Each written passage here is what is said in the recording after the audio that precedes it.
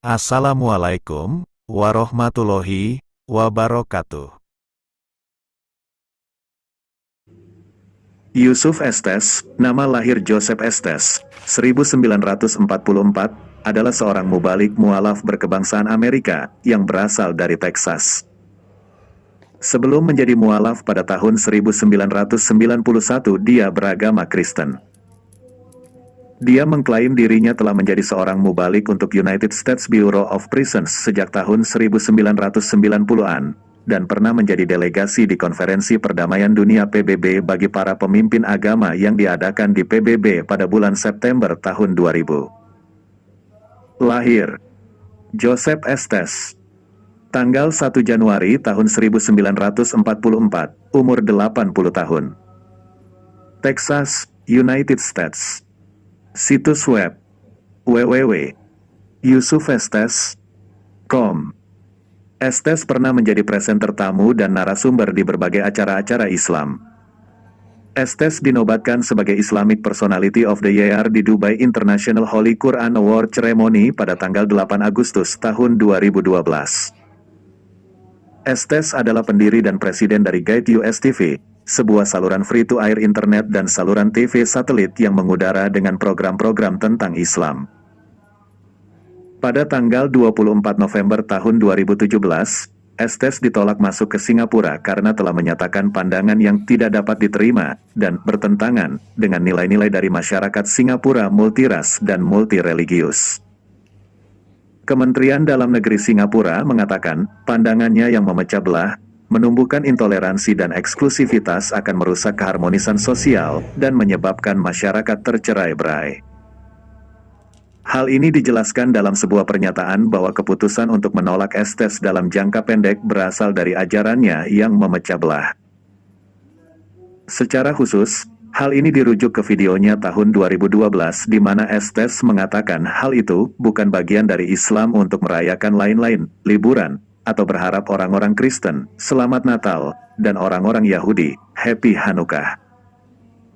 Dia juga mempertanyakan dasar agama untuk Natal dalam sebuah artikel pada Desember tahun 2016, dan menyarankan umat Islam terhadap merayakan sesuatu yang bahkan orang-orang Kristen tidak boleh melakukan.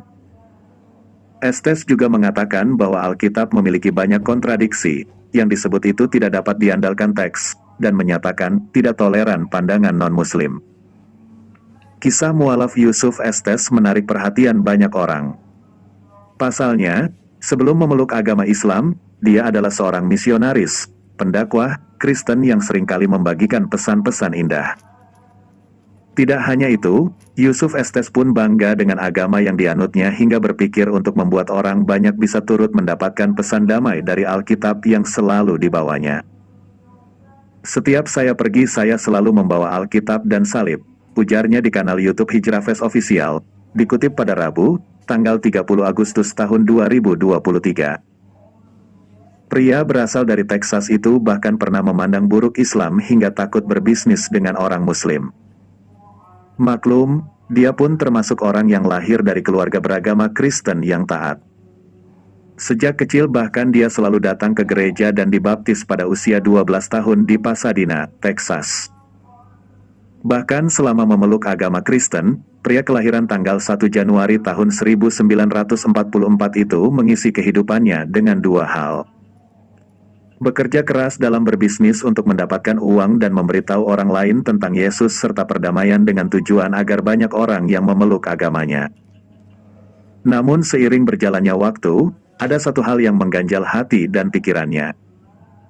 Dia mempertanyakan kenapa Tuhan menciptakan dirinya dan apa yang diinginkan Tuhan.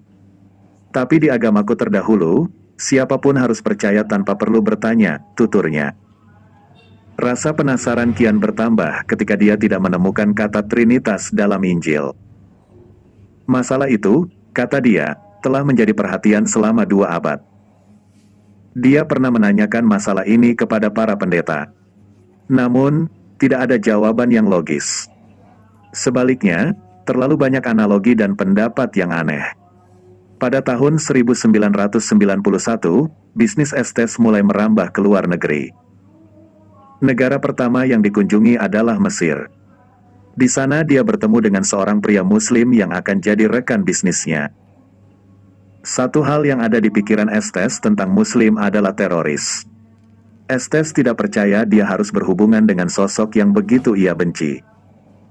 Mereka tidak percaya kepada Tuhan.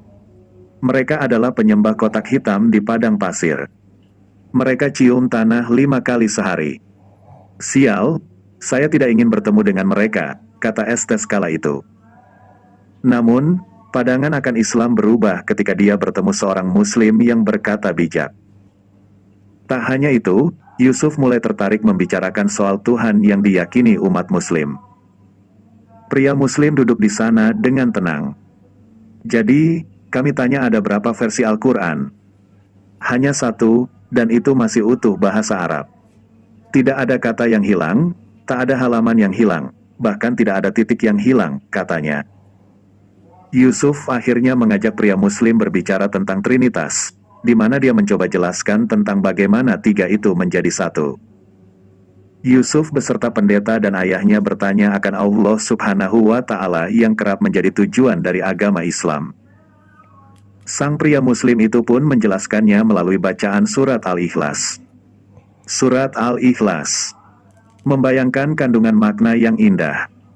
Allah adalah Ahad, Tunggal, Esa, 1, tak ada sekutu. Dan Allah mengurus semuanya. Allah tidak punya ayah, ibu, paman, tak ada kerabat. Dan tidak seperti apapun. Allah adalah Ahad. Mengejutkan, kata Yusuf. Pada kesempatan lain, pria berjanggut itu menemukan kesalahan serius dari Alkitab yang membuatnya yakin jadi mualaf. Kesalahan itu adalah saat Tuhan Yesus tak pernah menyebutkan dia sebagai umat Kristen.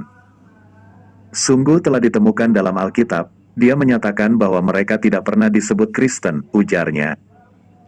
Singkat cerita, pastor itu minta diantar ke masjid dan kembali dalam penampilan yang sangat berbeda hingga Estes hampir tidak mengenalinya. Pastor itu sudah masuk Islam. Belum selesai dengan rasa terkejutnya dengan keputusan pastor itu memeluk Islam, giliran istrinya yang menyatakan niatnya untuk memeluk Islam. Saya sangat terkejut. Saya tidak bisa tidur, kata Estes. Jelang subuh, Estes tak lagi mampu menutupi keinginannya untuk memeluk Islam. Dia keluar rumah, lalu menemukan sepotong kayu dan dia mendirikan kayu tepat di arah kiblat umat Islam. Ya Tuhan, jika kau ada di sana, bimbing aku, ujarnya dalam hati kala itu. Sebelumnya ia memiliki pemikiran yang sangat buruk mengenai Islam dan Muslim. Bahkan ia merasa sangat takut untuk bertemu dengan orang-orang Islam. Ia beranggapan bahwa Muslim sangat buruk dalam memperlakukan wanita dan anak-anak. Ia bahkan menganggap Muslim adalah teroris.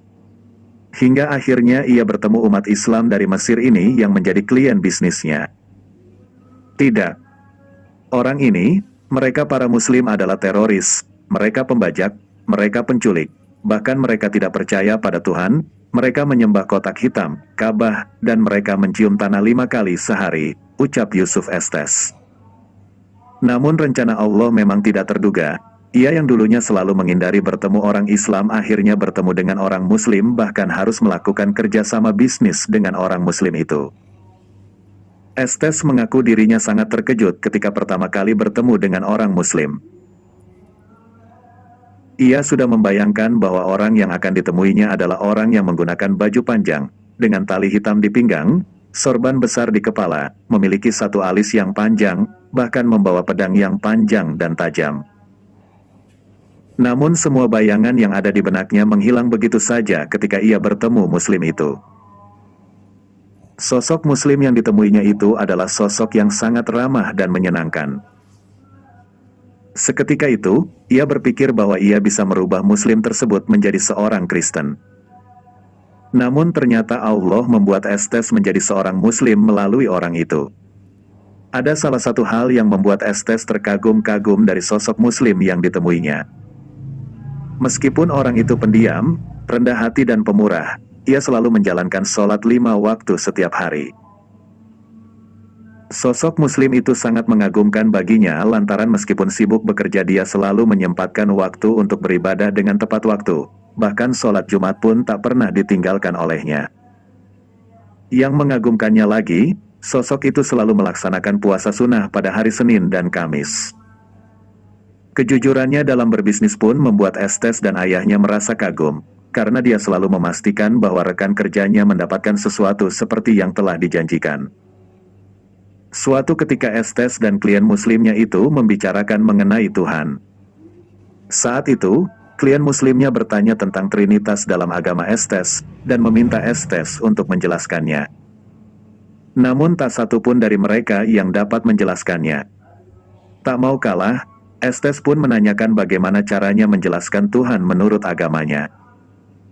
Muslim itu menjawab tentang Tuhannya dengan menggunakan surat Al-Ikhlas. Argumentasi Muslim itu sangat kuat hingga Estes merasa tercengang. Ia lebih tercengang lagi akan makna Tuhan dalam ayat Al-Quran itu.